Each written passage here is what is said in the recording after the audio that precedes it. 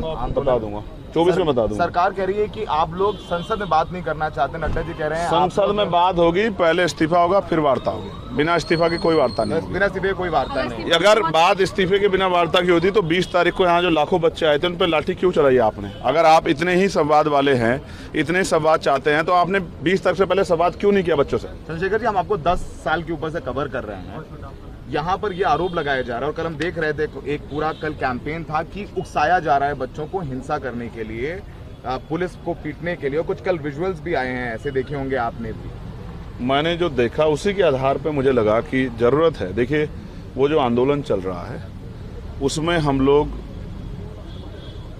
एक जो कोऑर्डिनेशन बनता है चीज़ों को तैयार करने का कि भाई कैसे करना है, इसका चीज़ का सामना कैसे करना है, हम उसकी भूमिका नहीं, हमने उनकी मदद की भूमिका जब उनको आवश्यकता थी वो अदा की। जो चाहे हमने वादा सोनम भाई से किया था कि 20 तारीख को जो प्रोटेस्ट में लोगों की आवश्यकता पड़ेगी वो पूरी करेंगे।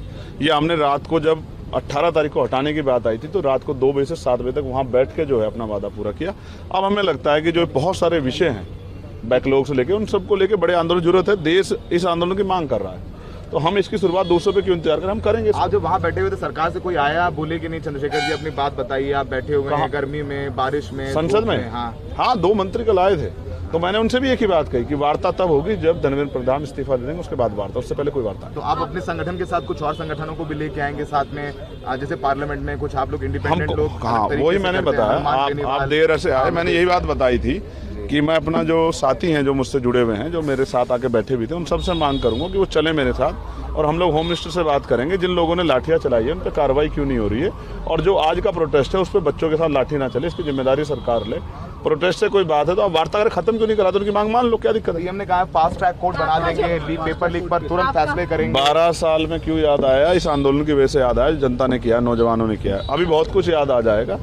मैं कहता हूँ ना, आपको किससे कोई एप्लीकेशन देनी है, किसी को कर दो, करो, कल पे क्यों छोड़ रहे हो? करो भाई साहब, लाओ ना रेजुलेशन, लाओ। प्रधान दिखे आपको पार्लियामेंट में? लाओ आप,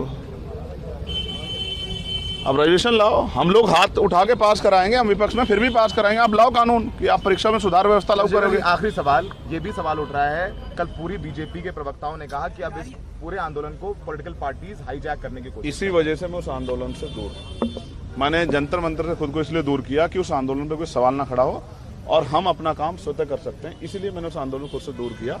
मैं पहला आदमी था जो वहां गया जिसने कहा था कि पार्टी का झंडा बाहर रख के आना, अपनी पार्टी को बाहर रख के आना, इस आंदोलन पर सवाल ना खड़े हो।